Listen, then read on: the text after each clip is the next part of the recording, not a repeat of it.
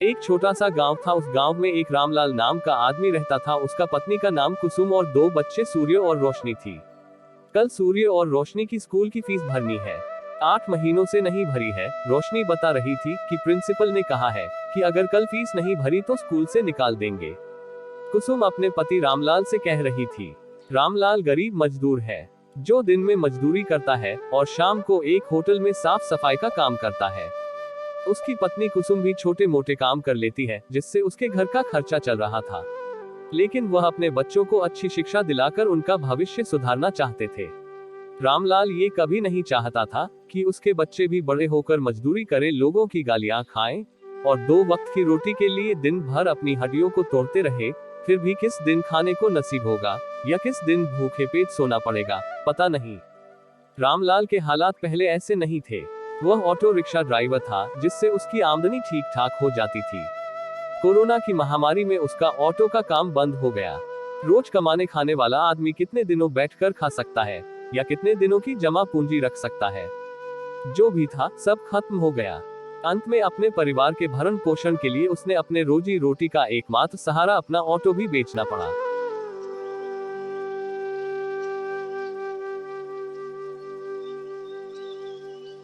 जब हालात में कुछ सुधार हुए तो सोचा कि बड़े शहर में जाकर कुछ दिन मेहनत मजदूरी करके फिर से कुछ पैसे जोड़कर ऑटो ले लूं तो सब ठीक हो जाए। यही सोचकर रामलाल शहर आ गया अपने परिवार के साथ। रोज सुबह हजारों मजदूरों के साथ चौराहे पर खड़ा हो जाता कि कोई काम मिल जाए। लेकिन मजदूर को रोज काम और भरपेट भोजन मिले, इस बात की तो कोई गारंटी होती नहीं। वही रामलाल के साथ भी होता। किसी दिन काम मिलता, किसी दिन नहीं मिलता।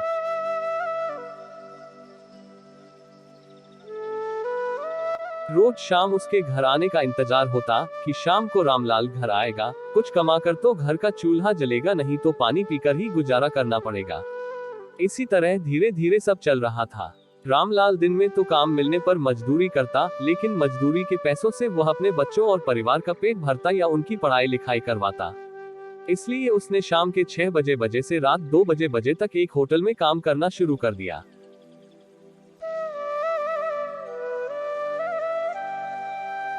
बच्चे भी पास के सरकारी स्कूल में पढ़ने जाने लगे। समय कट रहा था कि ठंडी की एक ठिठुरती रात थी। एक पुराने से कंबल में रामलाल सिर से मुंह तक छुपाए ठंड से बचने की कोशिश कर रहा था। उसे ऐसा लग रहा था जैसे कि उसके सारे शरीर में बर्फ जम गई है। इतनी ठंडी तो उसे कभी नहीं लगी, फिर आज क्यों? उसने कुसुम से कहा, कुसुम, आज ठंड कुछ ज्यादा ही है क्या? कुसुम, जी ठंड तो है ही, लेकिन कल भी तो ऐसी ही ठंड थी। छोटी सी जगह में आग भी तो जलाने में डर लगता है, नहीं तो थोड़ी गर्माहट तो मिलती। देखती हूँ कुछ और है क्या ओढ़ने के लिए।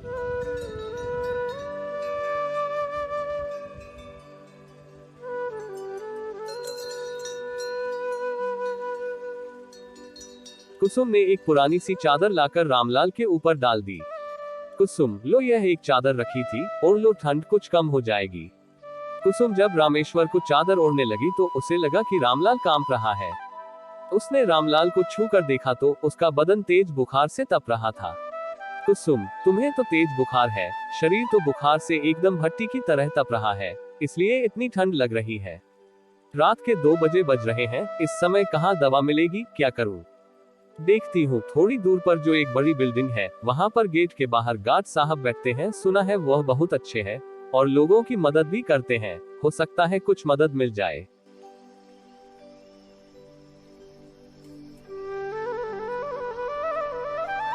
कुसुम भागती हुई उस बिल्डिंग के पास गई जहां गार्ड हाउस था, लेकिन वहां गार्ड साहब नहीं थे। उसने कई बार आवाज लगाई, लेकिन कुछ जवाब नहीं मिला। उसने देखा गार्ड ने आग जला रख रखी थी। उसे लगा थोड़ी सी आग यहाँ से ले चलूं तो शायद कुछ गर्माहट मिले। उसने वहां से एक पुराने टिन के डिब्बे के सहारे थोड़ी सी आग ले ली और अपने झुग्गी में आकर रामलाल के पास रख दी। बुखार इतना तेज था कि रामलाल जैसे अचेत सा पड़ा था। कुसुम ने आसपास की झुग्गी में रहने वालों से मदद मांगी, लेकिन सब यही कहते, इस समय कुछ नहीं हो सकता। सुबह होने दो, तभी कोई दवाखाना खुलने पर कुछ हो सकता है, बड़े अस्पतालों में तो हमें दरवाजे से ही भगा देंगे। किसी तरह बड़ी मुश्किल से रात बीती। पड़ोसियों की मदद से रामलाल को दवा खाने ले गए और दवा मिली। दवा से बुखार कम हो गया, लेकिन रामलाल काम पर जाने की हालत में नहीं था।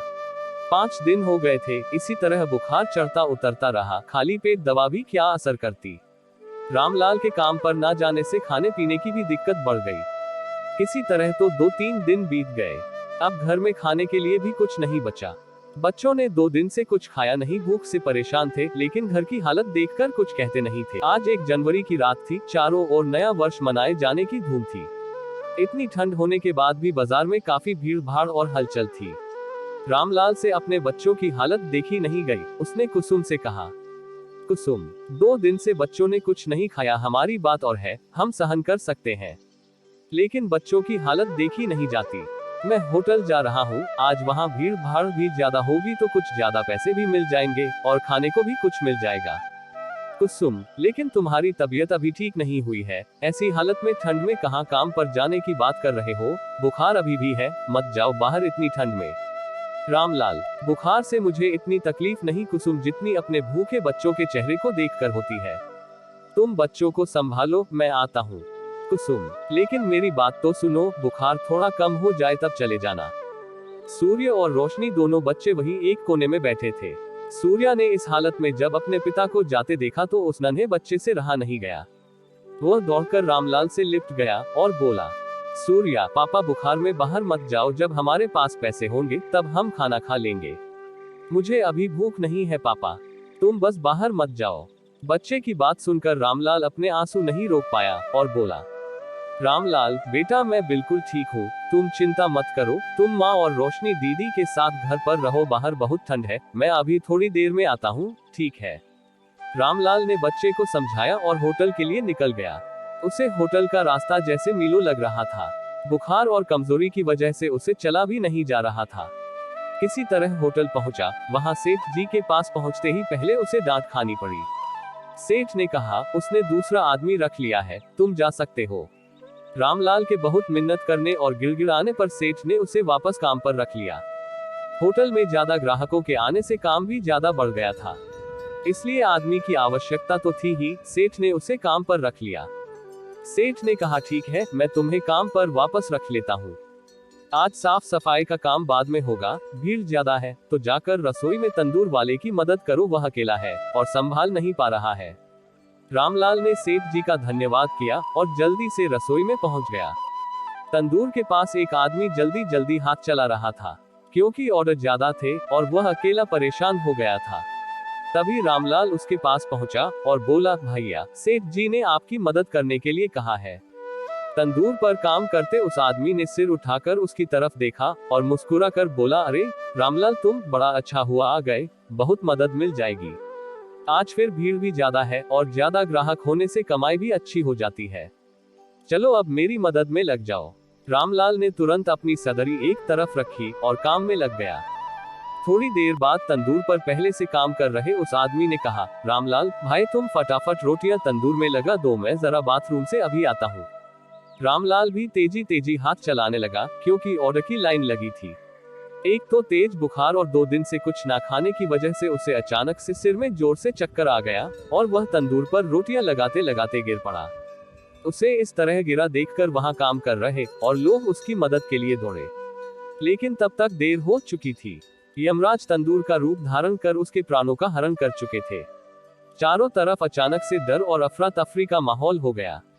सेठ जी ने तुरंत पुलिस और एम्बुलेंस को खबर की और रामलाल को अस्पताल ले गए, लेकिन अब उससे कोई फायदा नहीं, क्योंकि रामलाल तो पहले ही अपने प्राण गंवा चुका था। अपनी सारी परेशानियों और कष्टों से मुक्त होकर वह इस संसार से विदा ले चुका था, लेकिन वहां झुग्गी में उसका भूखा परिवार उसके आने की राह देख रहा था। शिक्षा, परिवार से बड़ा कोई नहीं, रामलाल अपने परिवार के लिए अपनी जान दे दी। कहानी अच्छी लगी तो लाइक, शेयर और कमेंट जरूर करें और चैनल पर नए हैं तो चैनल को सब्सक्राइब जरूर कर ले। धन्यवाद।